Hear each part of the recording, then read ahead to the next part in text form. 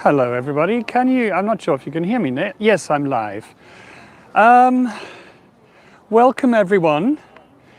Hi, and unfortunately, because I haven't got 1,000 subscribers, the viewer limit has been reached, it says on my screen.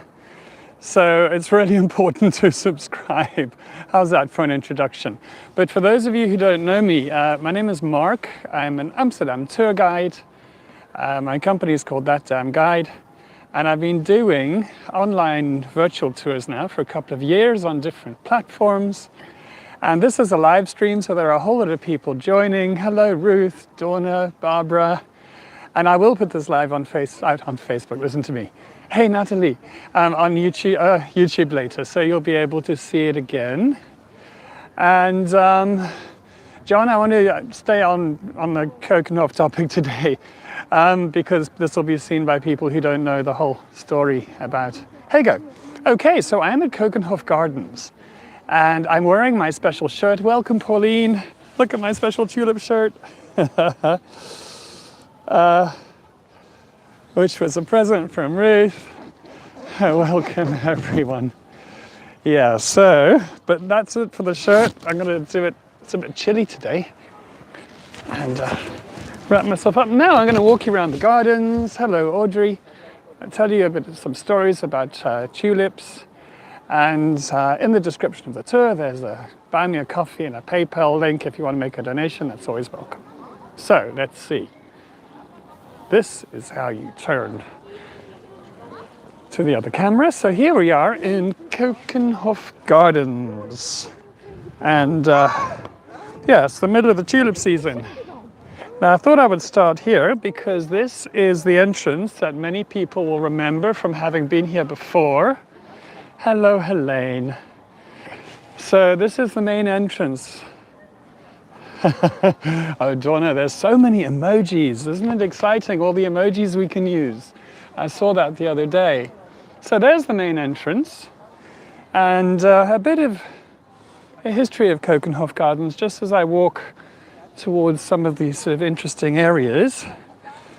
Keukenhof Gardens is situated behind the sand dunes on the west coast of the country. Slightly elevated. Now, the sand dunes, or behind the dunes, was the first part of the country that was populated, a long, long time ago. And the reason for that, I'm just trying to zoom here, is because it was elevated, so it was a little bit safer from flooding than other places.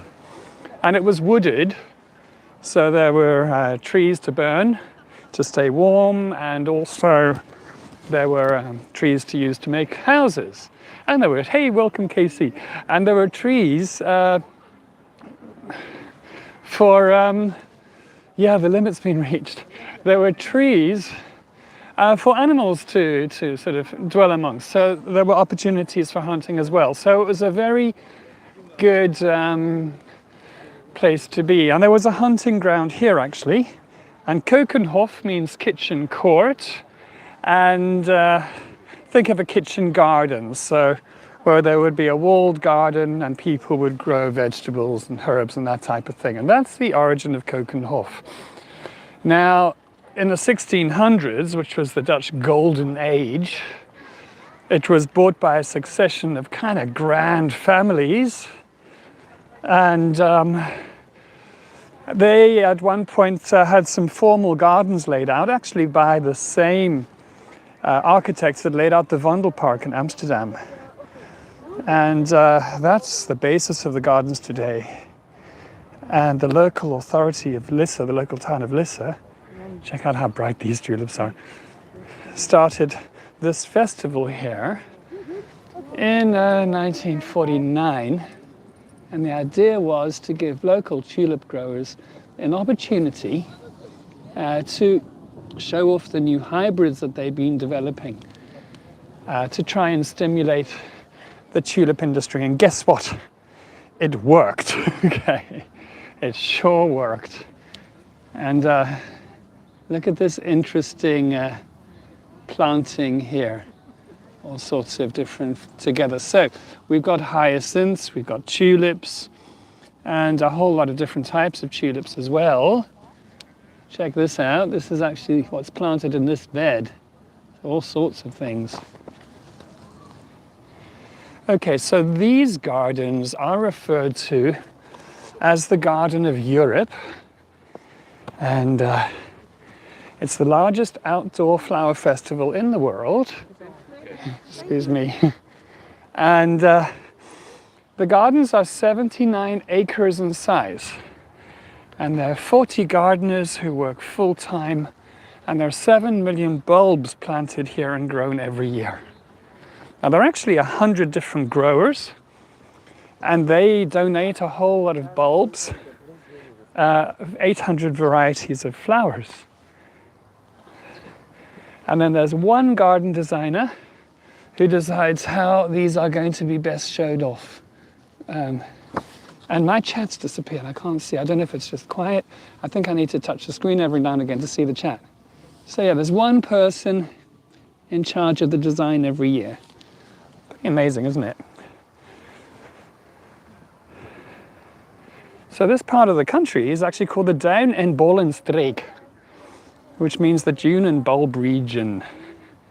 And this is a sandy strip of ground that was between the sand dunes on the one side and the marshes, the inland marshes on the other side, peat marshes.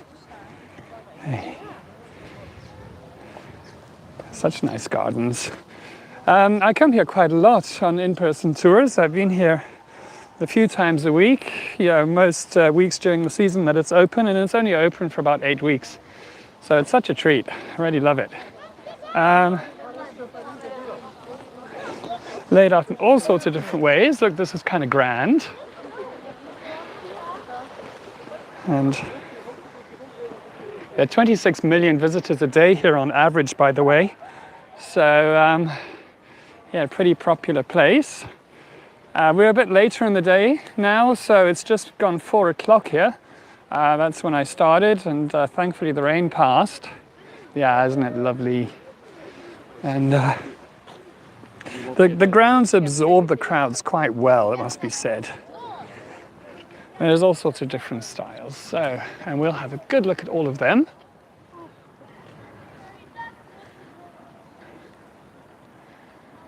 These are probably my favorite combination of color in a tulip.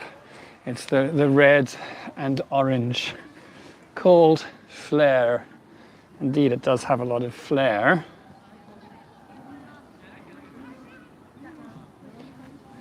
It's funny, when I logged on, it said the number had been reached, and it said 52, and now it tells me there's 95 people watching, so who knows? Maybe it fluctuates. But if I could just get to 1,000 subscribers, we won't have these problems anymore. Look at the sun coming out. How about that? And very, very nice. It's so nice when there's blue sky to show the trees off. Even though the trees are bare, they make these really dramatic, wonderful views. It's just such a great place for photos as well. And the blossom trees are in bloom. Blossom tree coming up.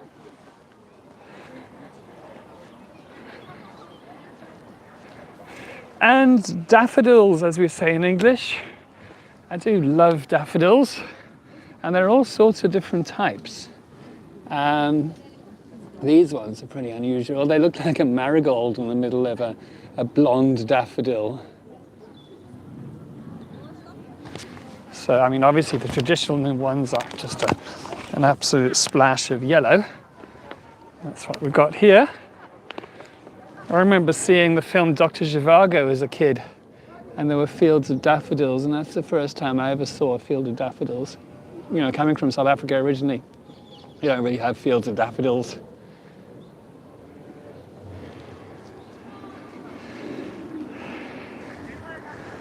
So, is it time for the story of the daffodil? I tell the story every year. Some of you might remember it from last year. I guess that's a yes. Let me just have a look at these ones here. This is the much more traditional sort of trumpet-shaped one. still in a lighter color. Okay, well, first of all, a bit about daffodils, actually. In English, we call them daffodils, but they're actually called narcissus flowers. And they are part of the amaryllis family. They're native to southern Europe and as well as North Africa, actually. And they like full sun, which is what they're getting here. They don't really like waterlogged soil very much. So the fact that this area is slightly elevated works very, very well for them. And they get planted in the autumn, and they develop a root system and they pop up in early spring. And that's what's happened now. And then the flower dies, it's left on the plant, unlike the tulips, which get topped off, and I'll tell you about that later. And the flowers wither and they die. And then the bulbs under the ground are harvested later. And if you leave them in the ground year after year, they can actually work their way deeper and deeper. And then they don't create a flower anymore. That gets too deep. They make a pesticide, so they're quite good at keeping pests away. That's a good companion plant to have when you are planting, say, hyacinths, which are very vulnerable to pests. So that's quite useful, although they are toxic to cats and dogs and horses, although cats and dogs and horses are kind of smart about what they eat, so they tend not to. Now, the story about them, though, that I wanted to tell you, and let's go for a wander through them over here, is the Greek story of Narcissus. And the name Narcissus actually is linked to the word narcotic, after the legend of Narcissus becoming intoxicated with his own image. Now, Narcissus was a very, very handsome son of a river god and a nymph. And there was a prophecy that if he never saw his own image, he would have a long and happy life.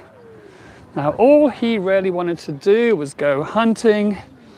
He didn't want any girlfriends or boyfriends or anything like that. Just leave him alone. And of course, he was really good looking, so he was a bit of a magnet. And he attracted the love of a nymph named Echo. Now, Echo was so devastated by being spurned by him that she actually faded away until all that remained was her voice that we can still hear echoing sometimes. There was another admirer, spurned admirer, and who didn't take it so well, and that was Cassandra. And Aphrodite answered her prayer that Narcissus should know the pain of unrequited love. That's kind of mean of her, don't you think? And so what happened is that he was drinking water from a pond one day and he caught sight of his image and he was absolutely transfixed by it and he fell in love with himself. And what happened is he would try to possess the image, he'd try and kiss the image, and of course as soon as his lips touched the water, the image disappeared. It made him cry. But the pain of crying even couldn't possess the image because his tears on the water actually made his image disappear as well. And he just faded away, he lost his color, he lost his beauty, and he eventually died. And Aphrodite allowed him to come back in the form of the narcissus flower. So there you go. How beautiful is that with the sun behind? It's just amazing. Poor Narcissus. Are the visuals good for other viewers? My picture is blurred and a bit foggy, but the sound is excellent. Yeah, I can't really tell my side because it looks great my side, but this is all a learning experience. Phew, it's really windy here. I hope you can't hear the wind on the mic. Actually, let me go this way. Can someone let me know? Oh, the visuals are perfect. Good to know. Thank you, Ruth. Okay, well, there you go. That's the story of Narcissus. And slightly foggy on the right-hand side. Interesting. Maybe that's because I'm facing it into the sun. Okie dokie. So here is the petting zoo, but there's not much petting going on this year. It seems they're not allowing the public in, which is probably a good thing for the poor old animals. Some very fluffy chickens there. And mama sheep.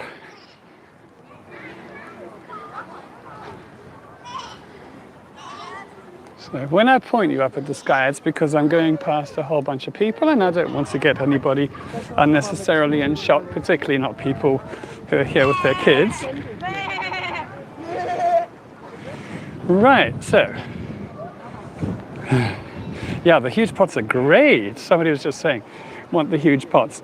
So yeah, there's all sorts of wonderful combinations done here. Can you see with this wind, the blossoms are actually blowing off the blossom tree. They don't last long, eh? Really not, but whoops. Okay, let's look at some planting combinations here. A whole lot of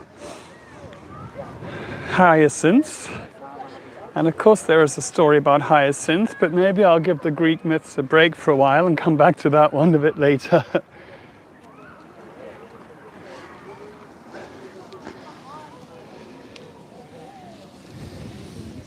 Hyacinths smell wonderful. They always remind me of toilet brushes though. Don't you think?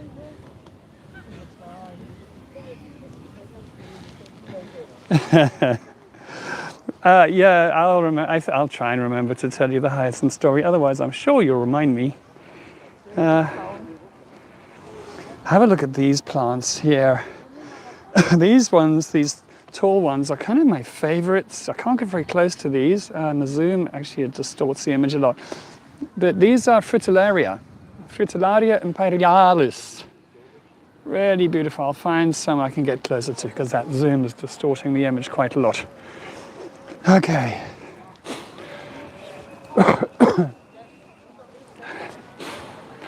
You know what? Casey was asking if they have Tom-Puss tulips, which are like pink and yellow. Now Casey lives in Canada, and I've been trying to find out, can I get those tulips here and posted to Casey? But the reason they don't post to Canada here is because when the bulbs are ready for posting and planting here, I think it's too late for the season in Canada because the season is slightly different. So it's okay for North America. Well, not North America, sorry, the USA, get me into trouble there. So Casey, that's the answer they gave me. So they said if you're in Canada, the thing to do is to buy the bulbs from a local garden centre. So it'll just be difficult to find, you know, that particular one that is just growing happily in my garden. I keep losing the chat. Yeah, they're named Tom-Puss, which is named after a custard slice. So that's where the yellow is, the custard in the middle, and then the pink is the icing on top. So the tulip, I'll look out for one. I'm sure we'll see one somewhere.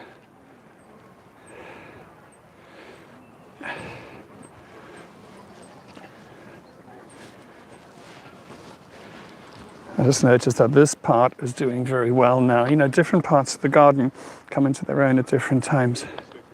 And this is looking great.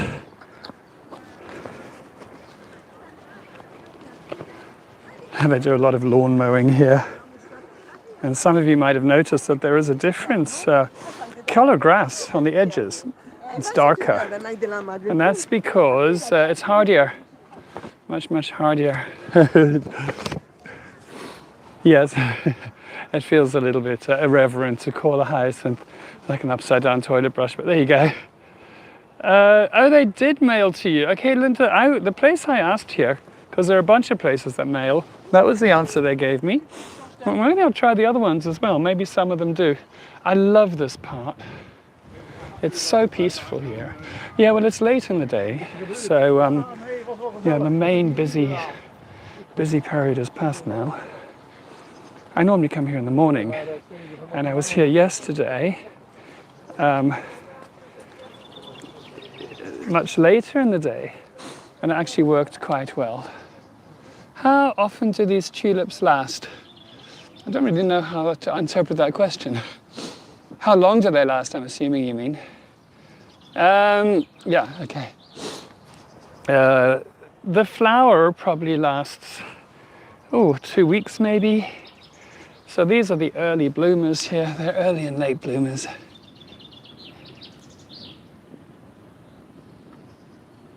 Here are the fritillaria that I like so much. Fritillaria imperialis. Okay, I'll have a look, Linda. Who knows, Casey? Maybe you'll be getting your tulips after all. You never know. But where was I with the story? Let's talk about the origin of the tulip. Because so the tulip actually originated in Asia, in a very inhospitable area called Tinshan and Pamir Alai. Okay, these were inaccessible, elevated areas that were bitterly cold in wintertime and horrendously hot in summertime. And it was such a unhospitable area. It's kind of why the Romans and the Chinese didn't have a whole lot to do with each other. And the tulip has grown from a bulb under the ground. So that bulb would stay safe underground during all that intense heat and cold. And then it would just pop up in early spring. And it was obviously a very popular flower because it just meant that that horrible long winter was coming to an end. Now, it slowly started to make its way westwards, and this was largely with nomadic tribes, actually Turks, who eventually settled in what we now call Turkey. Close up here. And it was seen as obviously wonderful that the spring was coming, but it was also a symbol of beauty and endurance. And not only that, early Islam really saw the tulip flower as a very pious holy flower, because those early tulips didn't stand upright on their stems like these do. They really, they kind of were hanging over like that, so it looked like a bowed, turbaned head, bowed in prayer. So that's why, let's try to lose the kid here. That's why it was seen as such a nice flower, sort of so popular in Islam, and so often depicted in Islamic art as well. Oh, look at the parkland here, how super it is. I will have a go. I'm going to be here a couple of times in the next couple of days, Casey, so I'll try and get you those tulips. Okay, the name. The Persian name for tulip is actually lale, and that means red or anemone. And it's also the Turkish name, so they can call it a tulip. And it has the same letters as Allah, so that's also a link. There's a bit of a God connection there. And in the 1500s, the West named the flowers the tulip, and maybe after a turban, because it's Turkish for turban. And the reason was either that it looked like a turban, the way it kind of a turban wrapped around the head, or maybe, just maybe, it was because people who wore turbans would sometimes put a tulip in the front of the turban. So it's not entirely sure.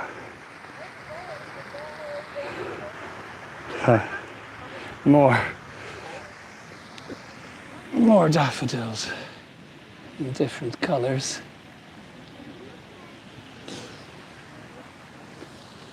So the tulips made their way westwards, and they were cultivated in the Black Sea area and the Caucasus from the 1100s. I didn't know that at all. I wonder if they were popular during Ramadan. Yeah, maybe. Yeah. The Ottomans loved tulips a lot. Let's go this way. Particularly the Ottoman sultans, and particularly Suleiman the Magnificent. He was really keen on his tulips. And he was on the throne from 1520 to 1566. And his favorite flower. And then it appeared on all sorts of clothing, and he collected them in the Sultan's gardens and Topkapi Palace, and a wonderful collection of tulips. And that is really what led to tulips finding their way westwards. But I'll come back to that in just a minute. Sorry, let me just got my jacket all caught. Hang on a sec. Right, there we go. Okay.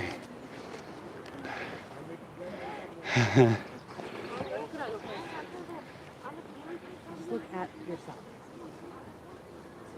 Lovely to see the pink blossoms against a blue sky.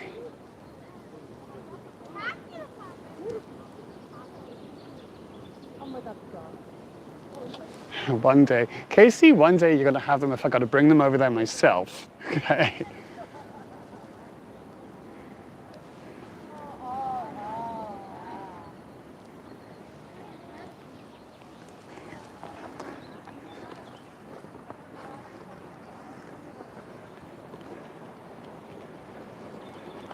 Okay, let me just sit down here. I have something I'd like to read you. And this is an account, actually maybe I'll walk while I'm reading. This is an account of, hey Wendy, hi, of the courts of Suleiman the Magnificent. Okay, here we go.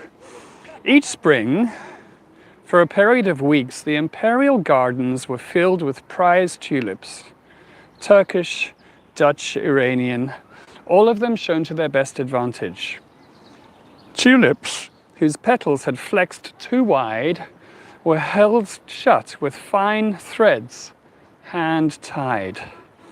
Most of the bulbs had been grown in place, but these were supplemented by thousands of cut stems held in glass bottles. The scale of the display was further compounded by mirrors placed strategically around the garden. Each variety was marked with a label made from silver filigree. In place of every fourth flower, a candle, its wick trimmed to tulip height, was set in the ground. Songbirds in gilded cages supplied the music, and hundreds of giant tortoises carrying candles on their backs lumbered through the gardens, further illuminating the display. All the guests were required to dress in the colors that flattered those of the tulips. At the appointed time, a cannon sounded, the doors to the harem were flung open, and the Sultan's mistresses stepped into the garden, led by eunuchs bearing torches. The whole scene was repeated every night for as long as the tulips were in bloom. How's that for a party? Let me just move a bit quicker to get through this section.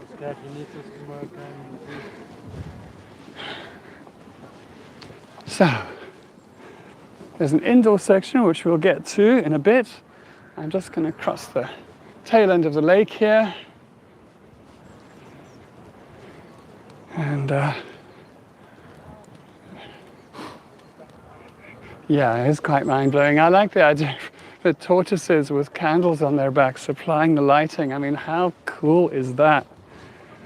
And yeah, all the name tags and silver filigree, they could learn a thing or two here. Mark, it's actually blurry at the right side of the screen. Maybe try and clean the lens. Okay, I'll do that. Just hang on, I've got some tissues here. There's about that much. That helped? Okay, check out some more tulips.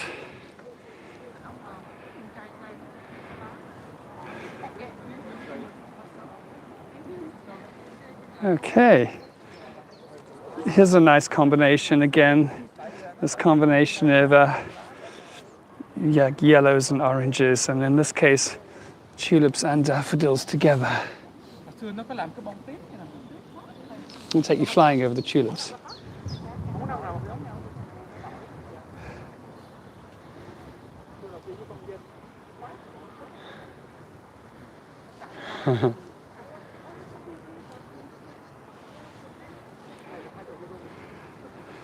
How can we know about a tour in advance? Well, okay, don't know, if it is a bit blurry, Maybe it's the reception here.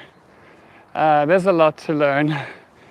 But to know how things in advance, the thing to do is subscribe to the YouTube channel, have a look in the live section, and you'll see these things scheduled for times in the future. And then you can actually click a notification button, and apparently you'll get notified.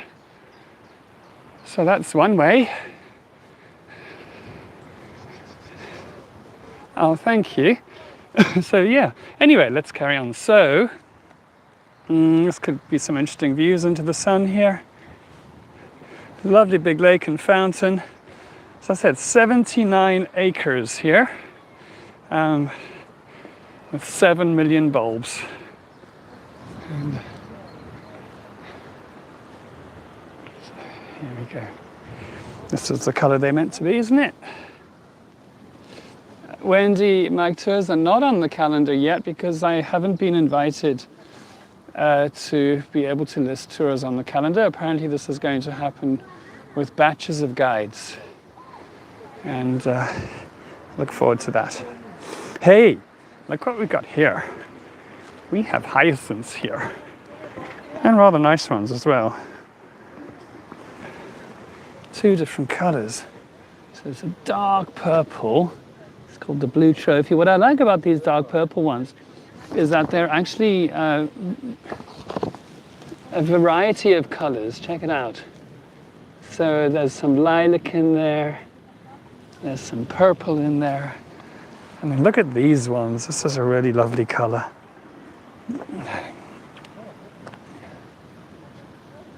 And you know, in real life, it's actually slightly darker than this in color. Okay, so a bit about the hyacinth. They do, their aromas amazing. And actually, I'm going to walk along and I will be showing you some tulips while we're talking about hyacinths. But there's a lot to see. Check out these babies here.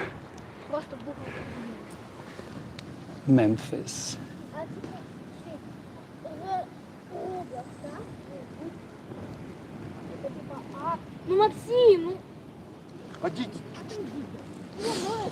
Okay, so hyacinths are native to the Eastern Mediterranean.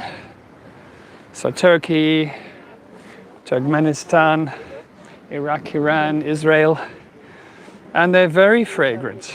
Typically white, pink, blue, purple, yellow. I'm just walking in front of someone. There's even peach-colored ones, which are probably my favorites. They are poisonous. You're meant to use gloves when you handle them. And the 1700s was their big century.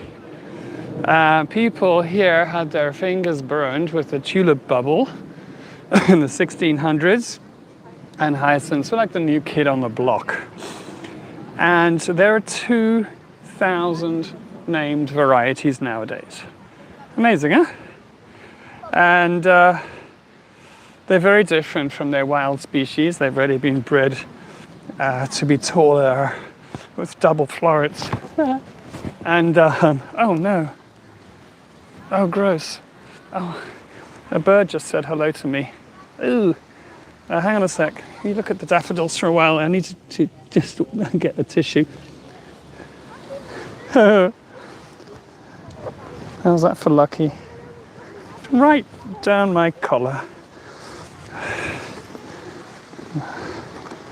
Now, of course, I can't find the tissues, which I had just a moment ago to clean the screen. Oh, man. Ah, there we go.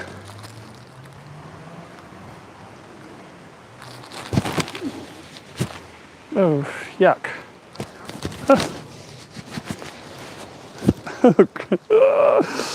This is a first for me. Oh.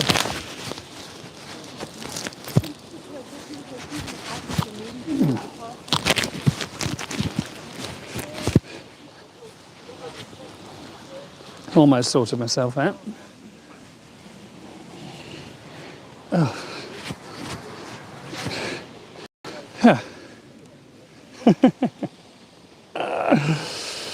Yeah. I don't know, I need that kind of good luck. But anyway. Ooh. Anyway, so where was I with this one?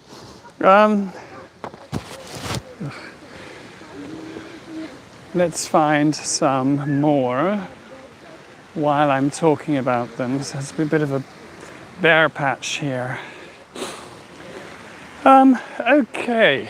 Well, I'll come back to the story about the hyacinths because I want to get just a picture of this, because there are these kind of nice red tulips right in front of the fountain, and it's kind of one of those fairly iconic sort of views of Keukenhof Gardens.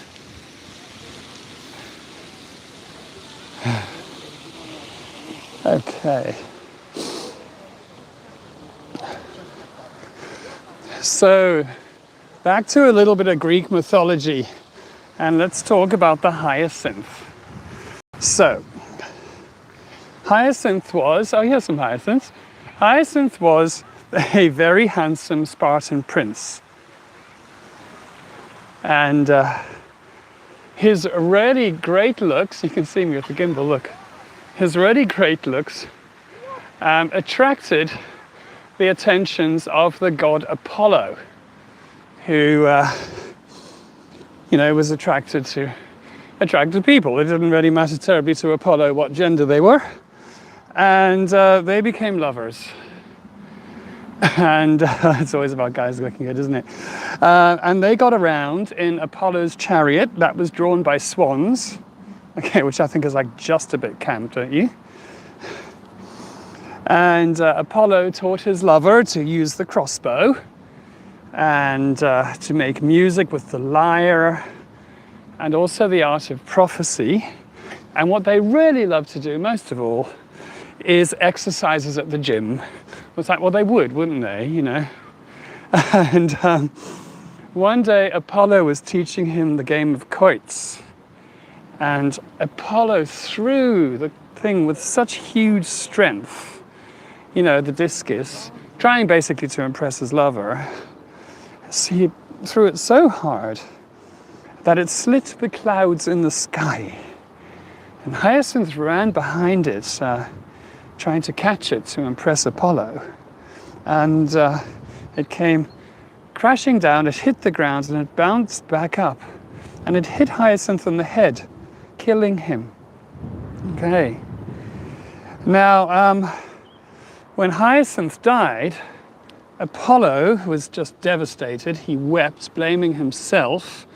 And he actually wished that he could become mortal to join his lover in death. Okay, he kind of got over that quite quickly, by the way. But where Hyacinth's blood was spilled, he created the flower, the hyacinth, to come back every year and remind us of his beauty. Just a little recap now about Apollo's lovers. Another one of his male lovers was turned into a cypress tree when he died. Also again by a heartbroken Apollo. And on the female side, they didn't fare much better. So Daphne was the daughter of a river god, and she had the audacity to spurn his advances, so he turned her into a laurel tree. So she became a bay leaf and graced many stews ever since.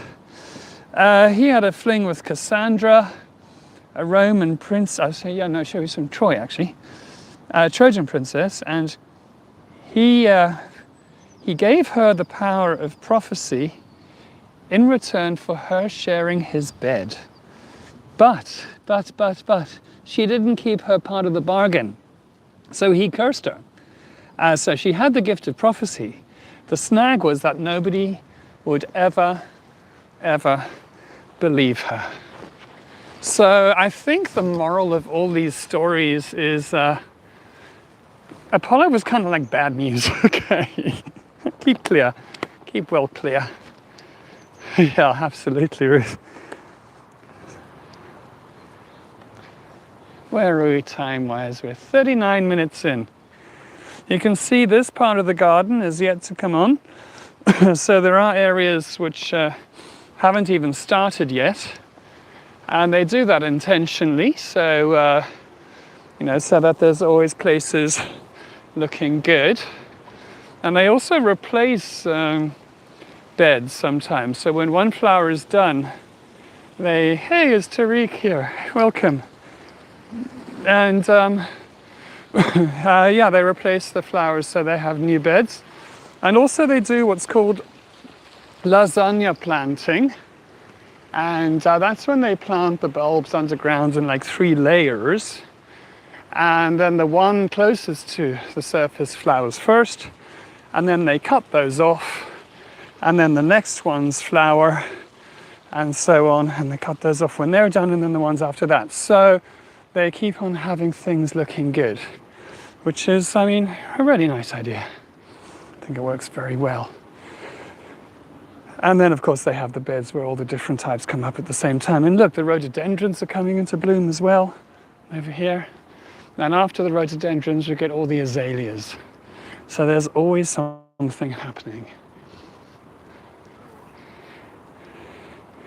There's a strip over here. They always have this kind of curvy strip of flowers that's looking very Ukrainian this year. Although I know it's a purple, not a blue, but I can't help wondering if they did that intentionally to show support.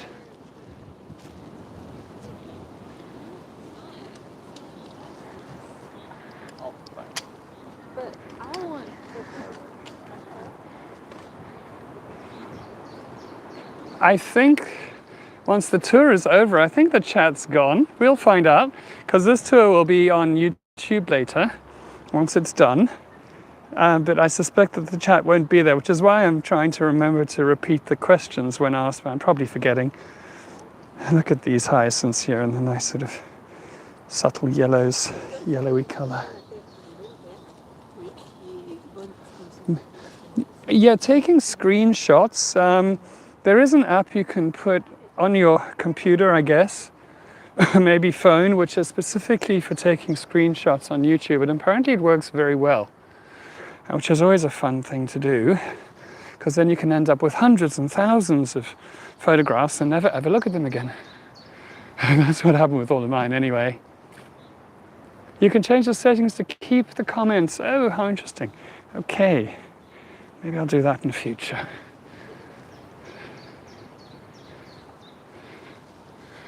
Oh, okay. So maybe I need to go and make the video public. Somebody was saying once I get to 1,000 subscribers, it'll automatically be public. Well, let's face it, it's not going to take too long, because it's only about 140 more I need. Here's a blaze of pink. And just imagine if this phone had hay fever. Because these hyacinths are so fragrant. Okay, I am going to go inside now. You just have to let me know what the reception's like. I can also always just pop out again. But the inside section is quite phenomenal because they have a lot of very, very exotic tulips, which are kind of brought on.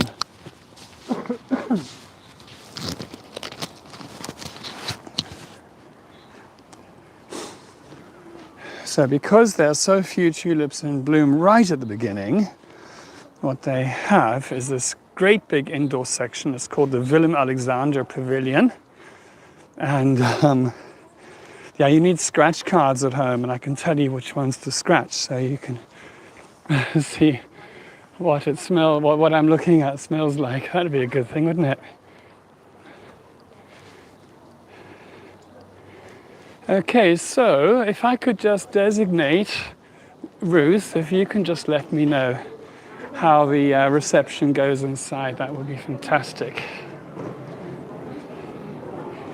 Okie dokie. So, I'm going to point us to the floor just at the moment. I don't want to get too many people in shot. I'd rather just hover this over the flowers. But to give you an idea, this is what we're looking at here. So,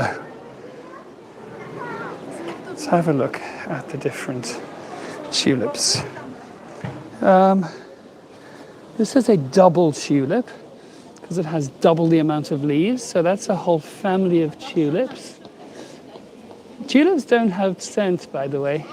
Well, they do. Occasionally, some do, but generally tulips don't have any scent. It's very rare. And I had some last year that actually did have scent that I just bought from the side of the road. It's pretty amazing. From the side of the road where a farmer was selling them.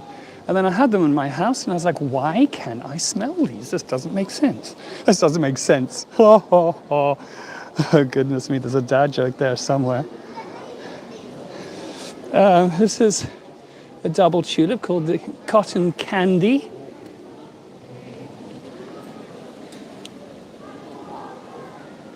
I mean, they look more like peonies, don't you think? It's just phenomenal. Look at that. It's actually too bright for the phone. Well, here we have what I'd call a common garden tulip, although it has a rather fancy name of the golden oak. But these are sort of like the ones that I drew as a kid. These are the fringed ones for obvious reasons. How's that for an interesting effect?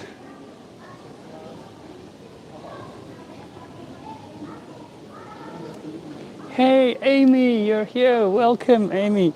All the way from New Zealand. No, or Australia. I can't remember now. Sorry, I got them.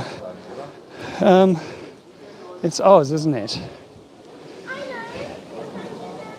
And Lee, welcome Lee. I mean, is this really a tulip? Yep, it's a tulip. And it's called the Anne Fleur. You have a little reunion in the chat. Okay, here's another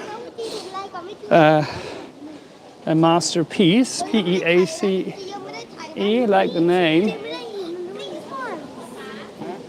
How's this? So this has opened a lot. You know, the Sultan Suleiman wouldn't have been very happy with these. He would have had people tying them closed with fine thread. Love a reunion. For those of you who don't know, Amy lived in Amsterdam until recently. And Amy and Lee and I are all friends. I love the view from down here.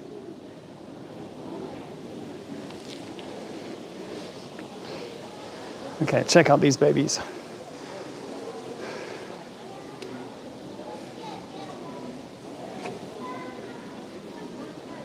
Amazing.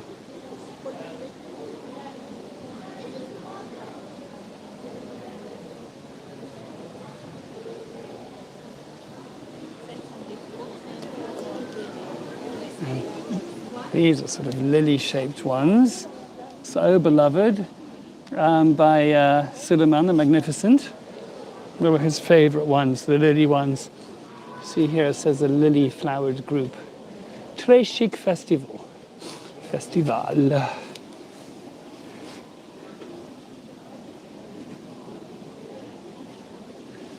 Now the thing about being in here is you go along and they just get better and better.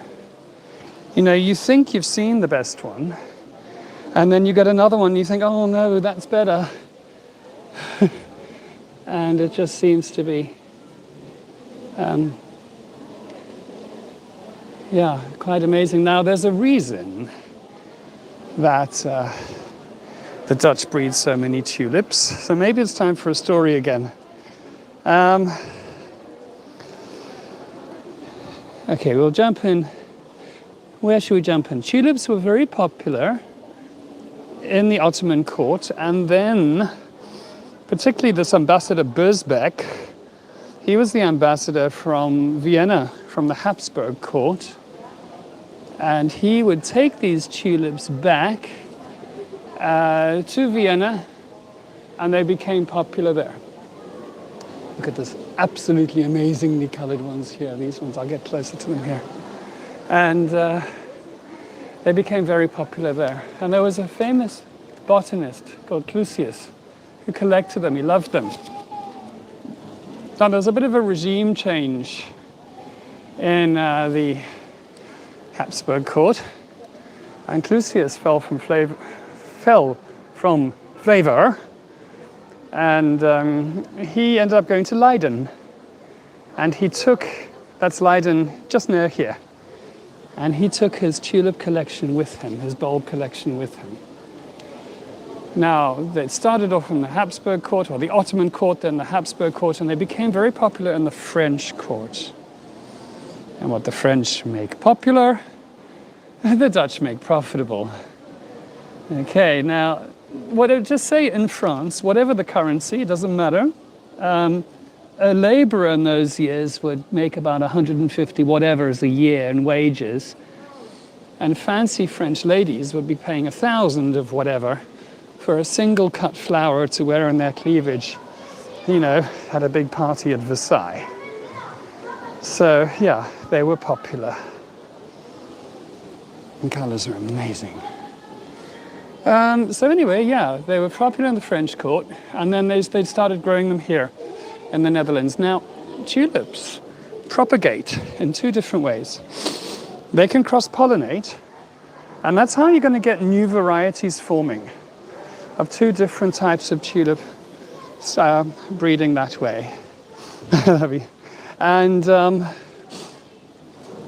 I'm getting a bit sniffly now from all the pollen. The thing is, when they cross-pollinate that way, it takes 25 years for them to grow the plants of seasons for the plant to get to a lovely big flower. So it's a slow process. Don't you think these are just so elegant? These colors. But that's how they breed new tulips. The other way that they propagate is the bulb under the ground. Every season it's planted and it grows little offset or baby bulbs. And that then grows a flower the next year. So that's the two ways of propagating them. Okay, so actually with the sultans having all these tulips in their gardens next to each other, unlike in nature, where you tend to just get one type in one place, they started to get new varieties forming. Okay, and so yeah, tulips were grown here. There's a whole story about Tulip Mania. I'm not going to tell it just yet. Maybe I'll tell it later. That's with the stock market bubble. But what I wanted to say about the current tulip market is that in the 1970s, there was a law made here that if you created a new hybrid of tulip, you had the right to the royalties from that for 20 years. Now, this was a huge incentive for flower growers to create new breeds. And that's exactly what they've done. These ones, this is a parrot. They like really crinkled leaves. I always think that these parrots, the white ones like this, look like kind of scrunched up tissues. It's not the most kind of romantic description, to be fair. But hey. A navy blue tulip. Yeah, you don't really get blue tulips, although there are deep purple ones. There's certainly no black ones, no matter what they claim. I wonder if... I don't think navy blue is the colour that's possible, but who knows? If you could create one, you make a lot of money for 20 years, which is my favourite tulip. It's impossible to say. It really is impossible to say. I couldn't possibly choose one. There are so many beautiful tulips here. I mean, look at this one. This is crazy. This is another parrot. It's like a raster colours, kind of. It's also... I mean, it's structurally so weird. Really, really odd.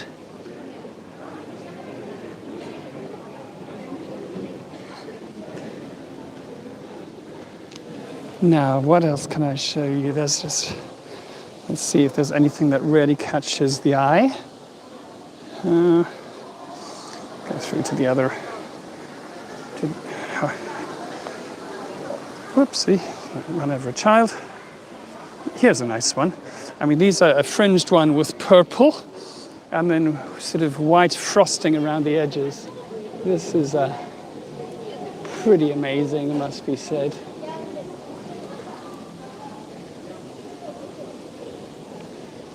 And then there are these red ones. And this one is called Rescue. I kind of play this game about renaming the tulips, and I have this fantasy of bringing along new name tags and surreptitiously sort of changing the name. And whenever I see big red ones like this, I always thought the name that I would change it for would be something like the Brazen Hussy or something like that, just because they're so indiscreet.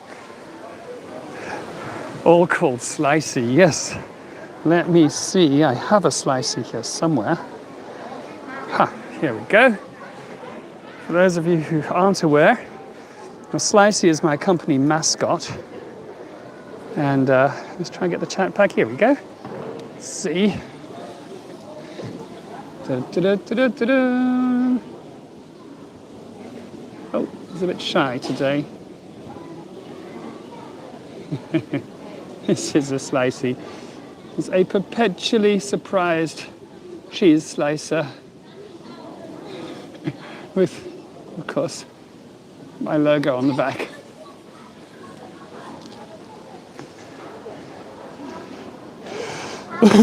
Yes, and certainly what I tend to do is every tour I tend to place one somewhere just out and about and leave it there. And the idea is that somebody finds it and it makes them smile. And that's the hope. So they've been left all over Europe, or different countries where I've done tours, certainly all over the Netherlands.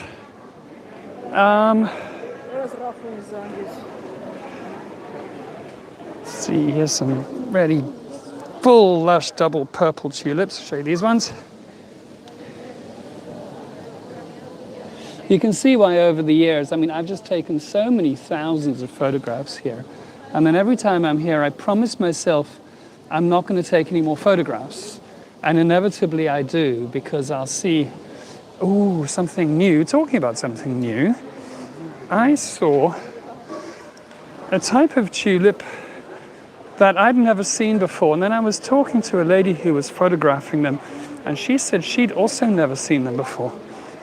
Let me see if they are still in bloom, because they were early. They were early.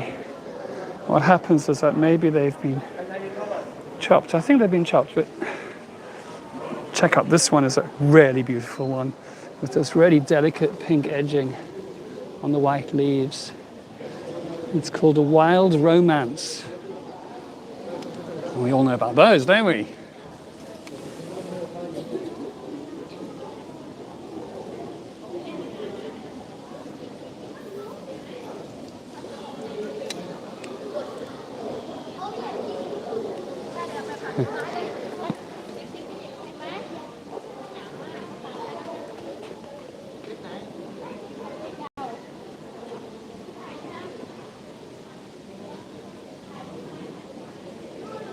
It's an amazing one, isn't it?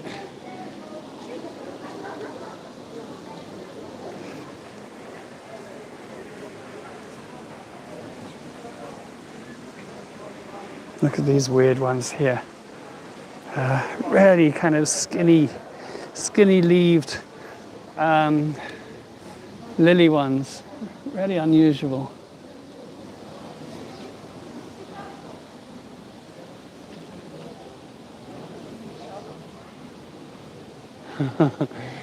It's kind of rather frightening looking, these ones are, don't you think?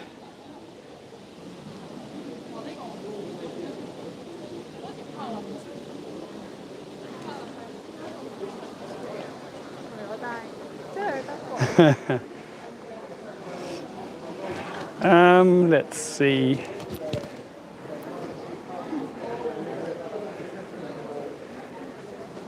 I think there's just about time enough to head down to a sort of kind of a more open area, ending at the windmill. So let's head down that way. We'll stop and see if there are any particularly interesting ones along the way. Well, I mean, they're all particularly interesting. Look at these ones here.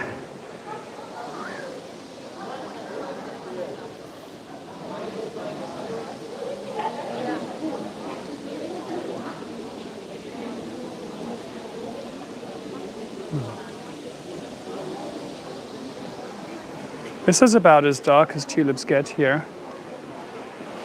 Okay. Although the camera may well make it seem lighter than it actually is. Yeah, they actually are slightly darker in real life.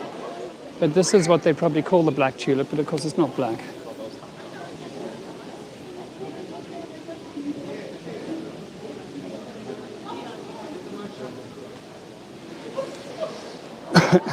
How do you take a picture? Well, hang on a sec. Some people are taking screenshots in different ways. Of course, the streaming app that we were always so used to, you just had to push a button. But I have a Facebook group. Many of you are in it. I don't think you can post links in the chat. But if you go on Facebook, I share a group with my friend and colleague Lee. And then you just type in Mark and Lee. Mark with a K and Lee, L-E-E. And then a group pops up that says Mark and Lee's Splendid Amsterdam Adventures. Ask to join that.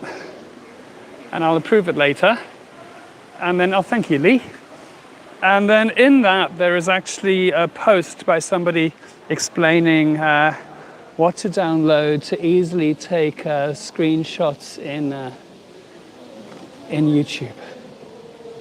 Okay, let's head outside. I think we kind of could just stay in here all day, but I'm not going to, because there is more. Check out the windmill in the distance. Maybe you can just see the blades turning.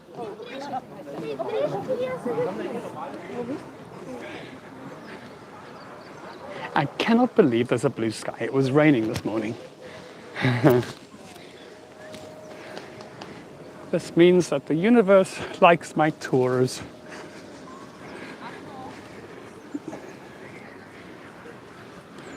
Okie dokie. So maybe let's talk about Tulip Mania just a little bit now.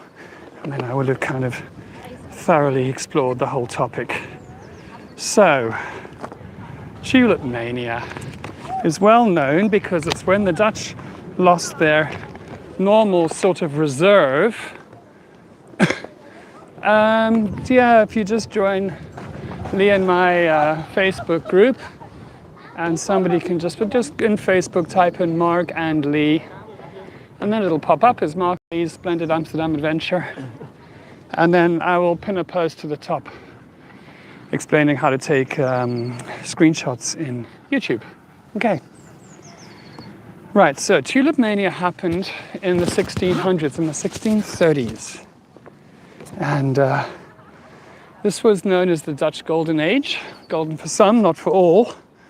And it's when they were dominating global trade, not just the Baltic Mediterranean trade, but also they'd taken over the spice trade from the Portuguese, and they had taken over a bunch of Caribbean islands and taken over a whole huge area around Manhattan. So they were busy, okay. And with the Dutch East India Company being formed, people were used to the concept of investing in a share in that case and getting a return on investment. Those shares, over their 200-year life, paid an average of an 18% dividend a year. So it's quite something. It's a shame it was based on such exploitation and cruelty. But the concept of investing was well established. The thing is, those shares were pretty expensive, huh?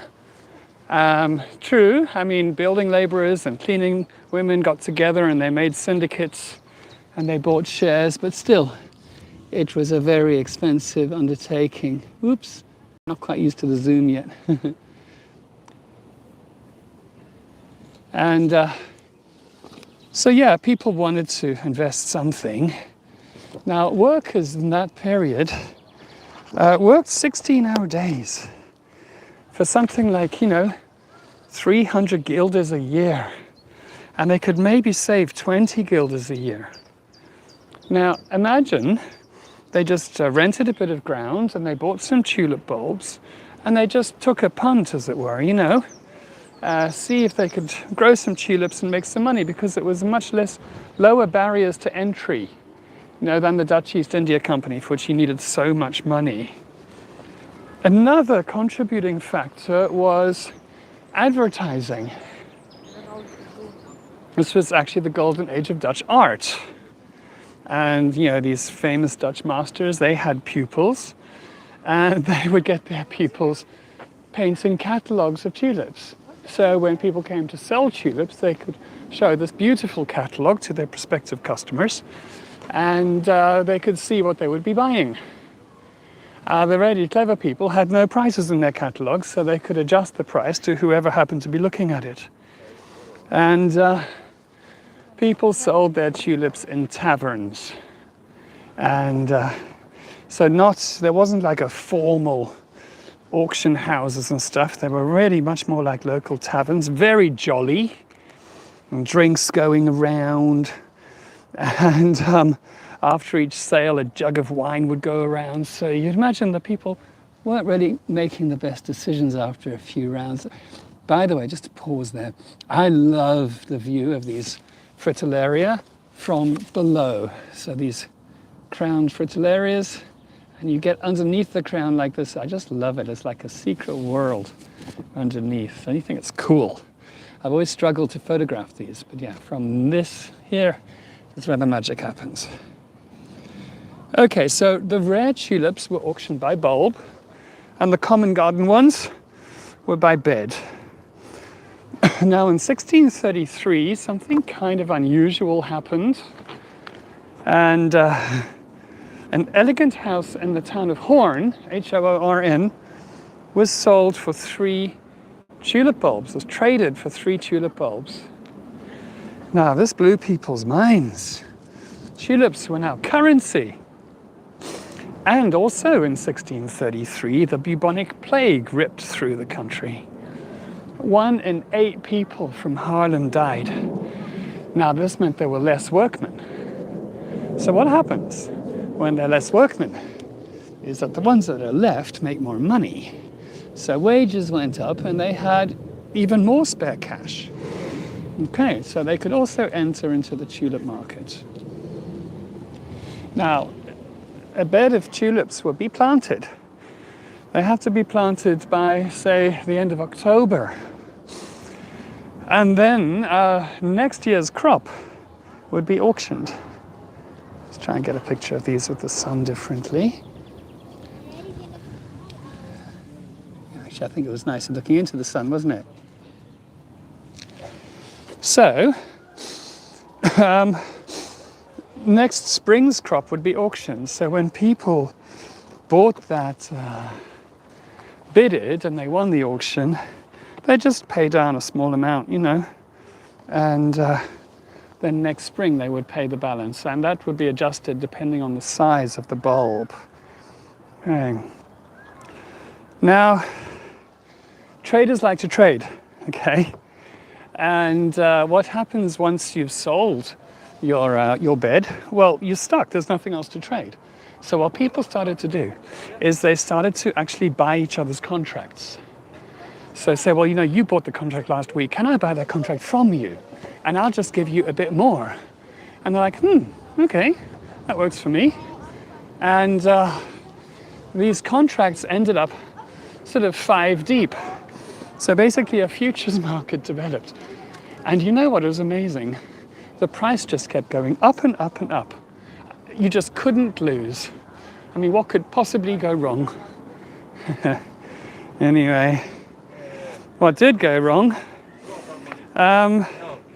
In February of 1637, there was a very successful auction that really got record prices. Thankfully, it was for orphaned kids, so it couldn't have been a better cause. But one of the tulips, the most popular one, the most desired one, which we now know is actually diseased, but it was called the Admiral van Enkhuizen, that sold for 5,200 guilders. That was an astonishing sum of money.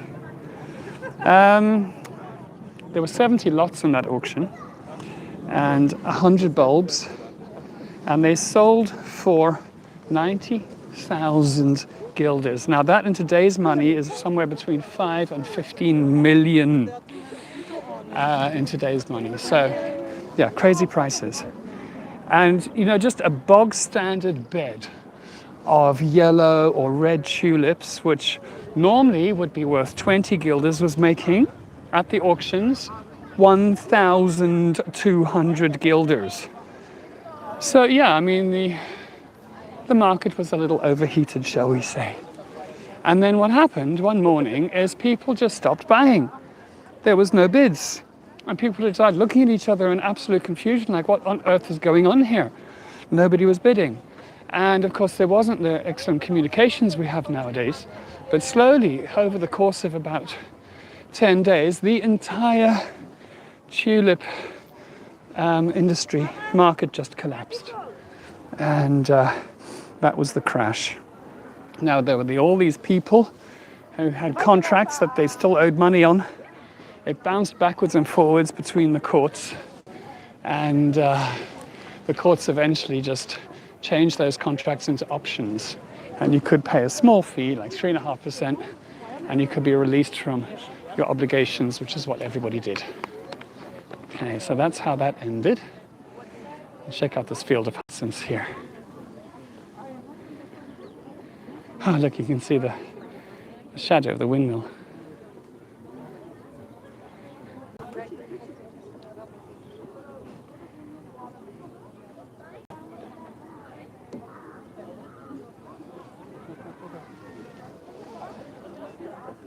Hyacinths are very, very vulnerable to infection.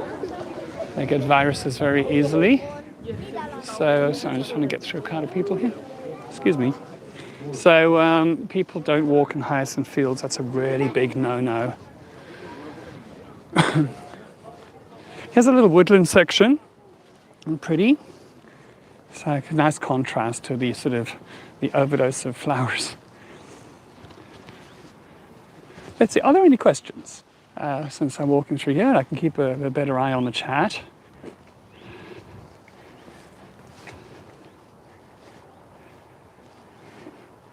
Here are my favorite daffodils. I like the white ones with this really peach-colored trumpet.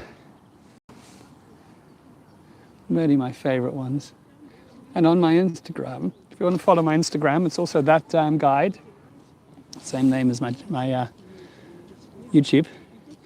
I've been posting this exact shot here with the sun behind these daffs.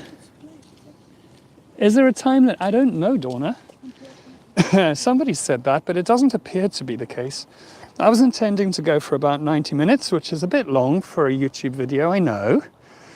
Yeah, the live streams, yeah, I know what you mean. But we'll just see, it seems to be working. It says I have 113 people on, which is great. If anyone wants to make a contribution, then there's the Buy Me a Coffee link in the description. And also my PayPal account in the description. Because obviously this is not monetized or anything. I'm not nearly there yet. No, I think the English, we actually... Oh, look at these. So these are little daffodils, often called narcissi. But look, these are like multiple ones on one stem, which is kind of unusual.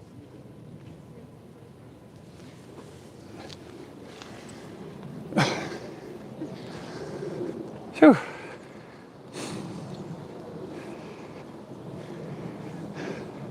Yes, of course, you know, with the screenshots, I mean, if a video's on YouTube, you can just pause it wherever you like. And you can take a screenshot that way. But of course, they're not necessarily all going to make it onto YouTube, just if they go really well. It's nice being here at this time of day when it's not crowded. Normally there's a whole line of people here. Oh, great, Tamara. Cool, thank you. So yeah, here's a nice little view overlooking the fields.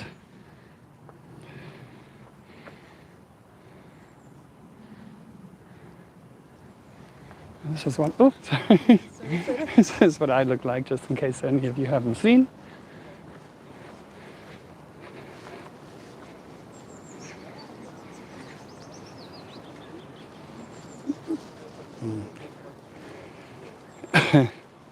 Thank you, Joe. Coffees are always welcome. So, let's head through here, I think. Yeah, it's my guiding hat. Normally I have an orange pom-pom on top of it so that I'm visible to people from afar, but since I've got nobody walking behind me now,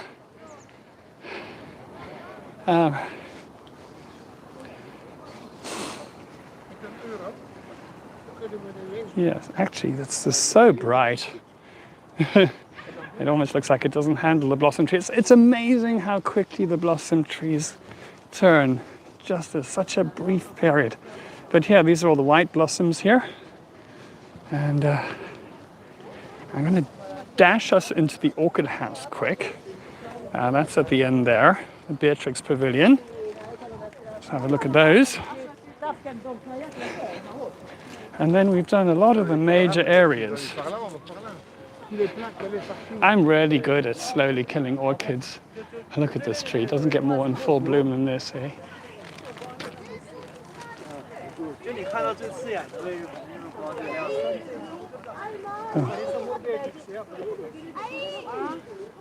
This looks like floating snow.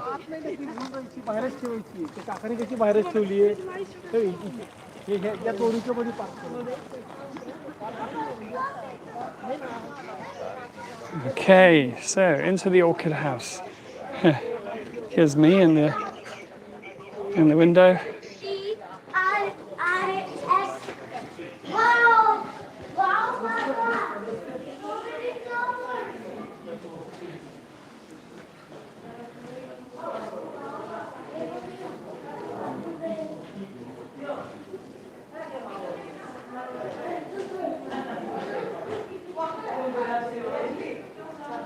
Orchids always make me think they look like organic spaceships that would just slowly go through space, eating everything in their way. Our A&P Adventures on board.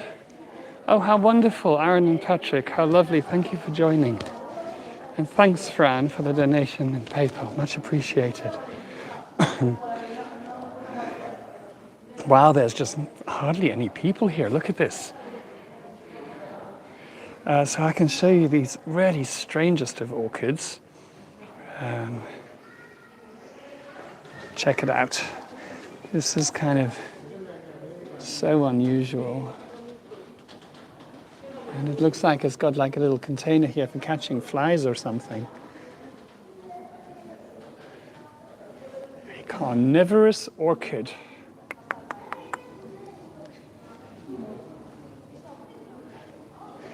And all sorts of beautiful little ones here. Oh, Aaron and Patrick, thank you so much for joining, and I'm so looking forward to joining you on YouTube as well and finding new ways of carrying on. Luckily for us, you know, Hego was around long enough for it to really anchor itself in all of our lives. So we are finding a way. Check out this baby here.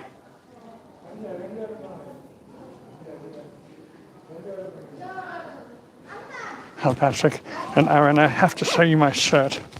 It was given as a present from Ruth. Hang on, here you go. The tulip shirt for the Tulip Gardens.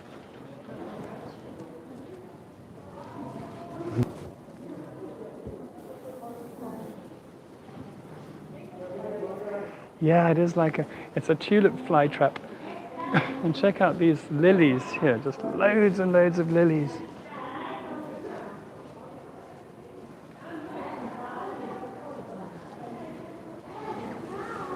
I mean, the effort they put in here is phenomenal. Absolutely amazing. I can hear the roof moving around from the wind. It looks a bit misty inside here. Maybe, I don't know if it's a screen or my glasses.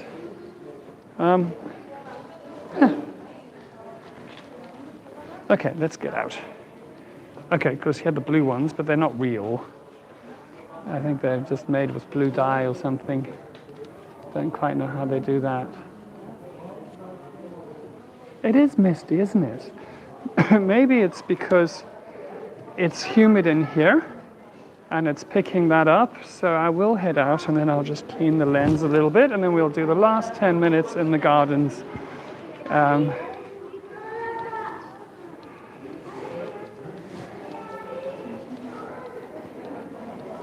Misty. I can feel a song coming on, but I won't torture you. Misty. No, I won't torture you. Okay, here, I'm just going to clean the lens. Hang on a sec. Okay. Okay. Into the wind. They inject the stem with blue dye. Yeah, it looked like something like that. And what's pretty amazing is there are some roses in another pavilion where all the, like there are about 5 different colors. So I don't know if they inject different parts of the stem with different colors, and that makes certain petals one color or another. It's really quite something. Okay, let's have a look here. So this is what I think of as the English country garden section. Let's have a look at this.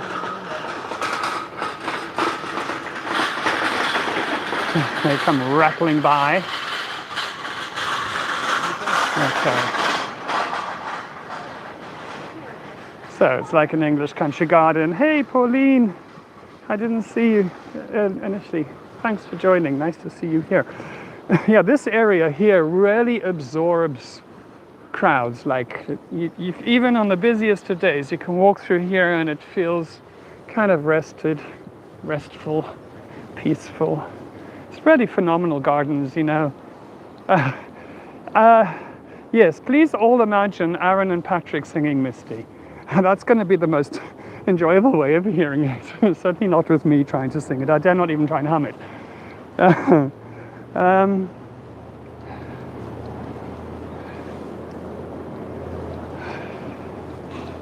So, yeah, there's still a lot of tulip beds that haven't opened up yet. So it really is, there's still a lot to come here. So that's exciting. Different things to look forward to for the next couple of weeks.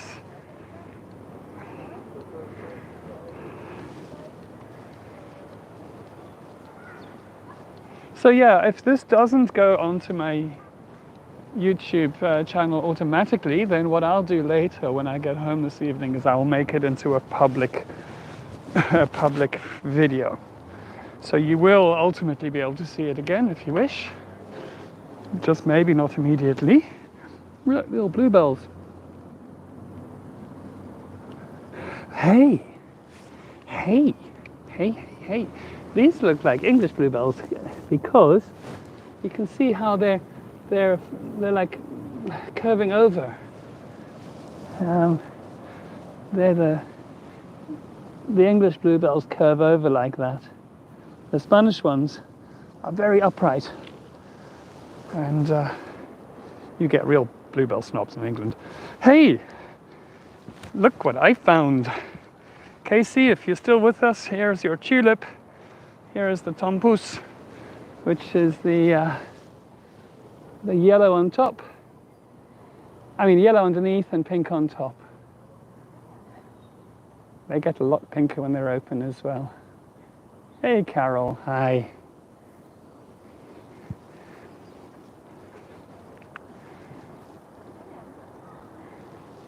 And here, this is going to be what I call the river of no return. But they've got grape hyacinths here, which become blue. It's just starting now, but it becomes a very, very deep purpley blue. And not quite yet though.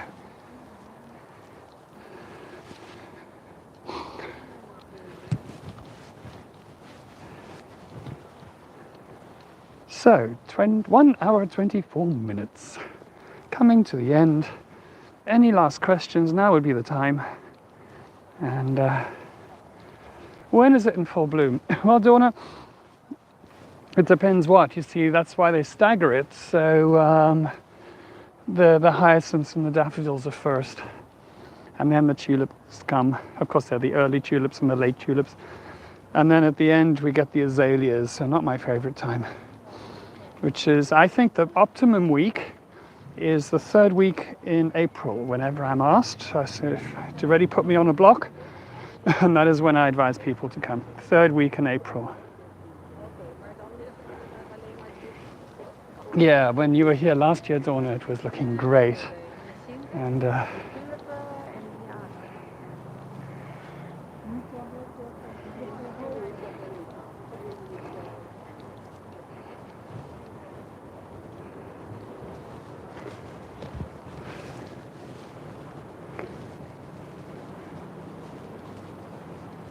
right, and where shall we end? Oh, it's so nice here. We can end down here somewhere. There's a wishing well. I can wish for 1,000 subscribers so that there's no limit to people who can watch my tours. There you go. Plop. In there to make a double wish. Plop. Okay. Let's see if that works.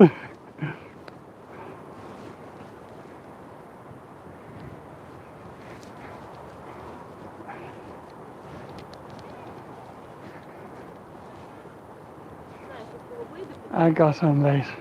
Slicey today. Let me see. I do have a slicey here for me, and I think I brought one for planting as well. Let me just, oh yeah. So I brought one. So this is going to be planting the slicey. And where should I put the slicey? Not down there. For those of you who don't know, the slicey is my mascot. It's a cheese slicer with googly eyes. It looks perpetually surprised.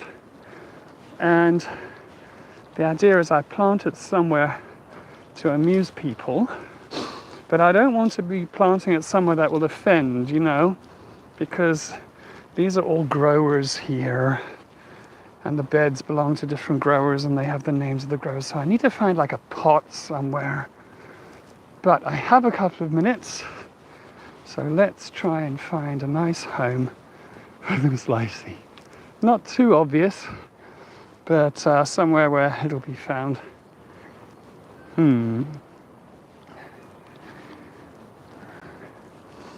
Da, da, da, da, da. I think maybe I'll go down here. Still looks a bit misty to me.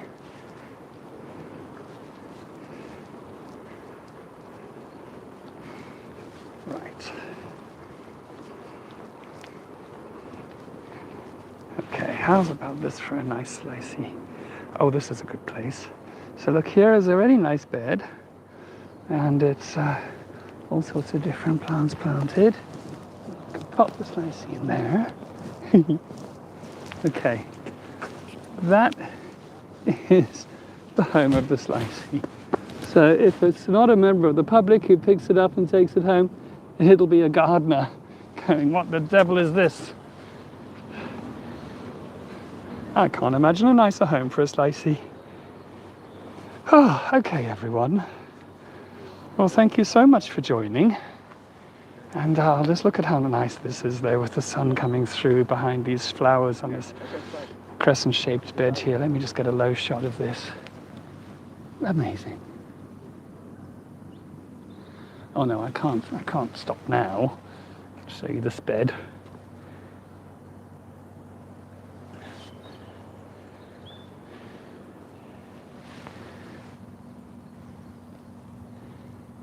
Tamar, no, nobody's ever contacted me.